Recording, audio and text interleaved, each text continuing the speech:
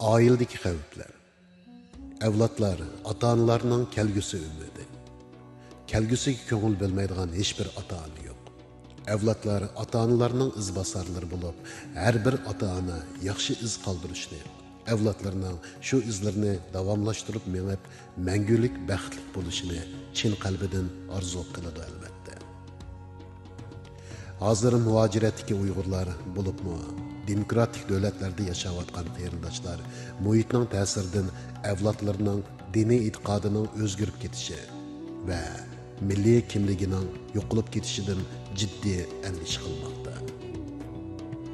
Turkiyani misol olsak, Turkiya hokimiyatiga kuchi yetmagan dushmanlar turk xalqining avlodlariga internet, nashriyat, ma'rif orqali ateistlik, ya'ni dinsizlik quroli bilan hujum qilmoqda. Yana bir tarafdan jamiyatdagi lolmalarni qo'llanib, zaharlik, chekimlik, axloqsizliklar bilan suiqasd qilmoqda.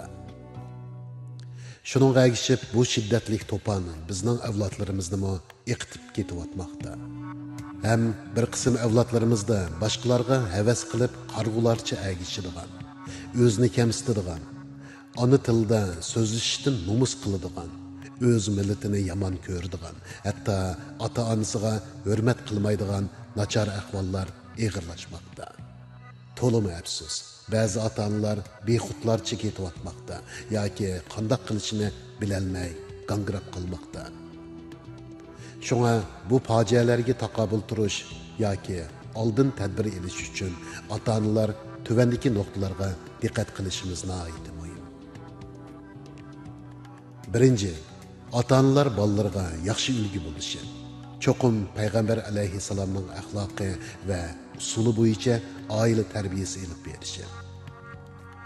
Ikkinchi, ota-onalar bolalari orasida o'zaro ishonish, hurmat va kuchli do'stlik munosabati paydo qilishi. Uchinchi, ota-onalar bolalarining dardiga samimiylik bilan quloq solib, masalani oqilonalik bilan ilmiy usulda hal qilishi. To'rtinchi, ota-onalar bolalarini o'qitmoqchi bo'lgan maktab va madrasalarni yaxshi tanlashi. Beshinchi, ota-onalar bolalarining o'rganishiga va ulardagi o'zgarishlarga, natijalarga alohida ko'ngil bo'lishi. Shundaqla bu jihatda o'qituvchilar bilan yaxshi moslashishi. Oltinchi, ota-onalar bolalarining aralashayotgan do'stlarini yaqindan tonishi, ularni yaxshi bolalar bilan do'stlashtirishi va to'g'ri yo'linishga yetaklashi.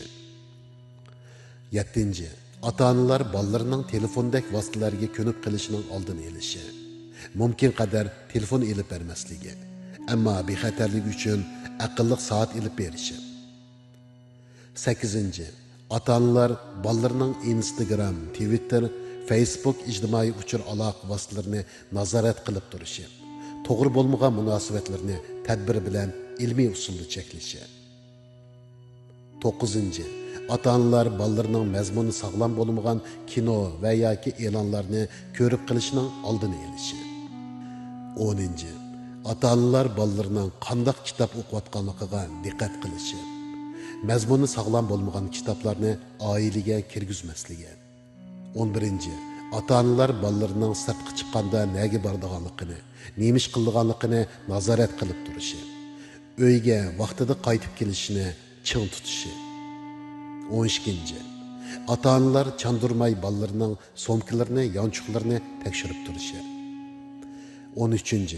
Ota-onalar bolalarining e'tiqodi, ideyaviy, axloqiy sog'lomligiga ko'ngil bo'lgandek psixika va jismoniy sog'lomligiga alohida ahamiyat berishi.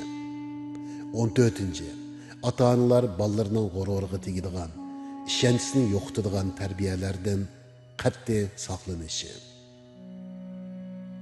Axtar guruhi 2024 yili 3 oyning 22 kuni.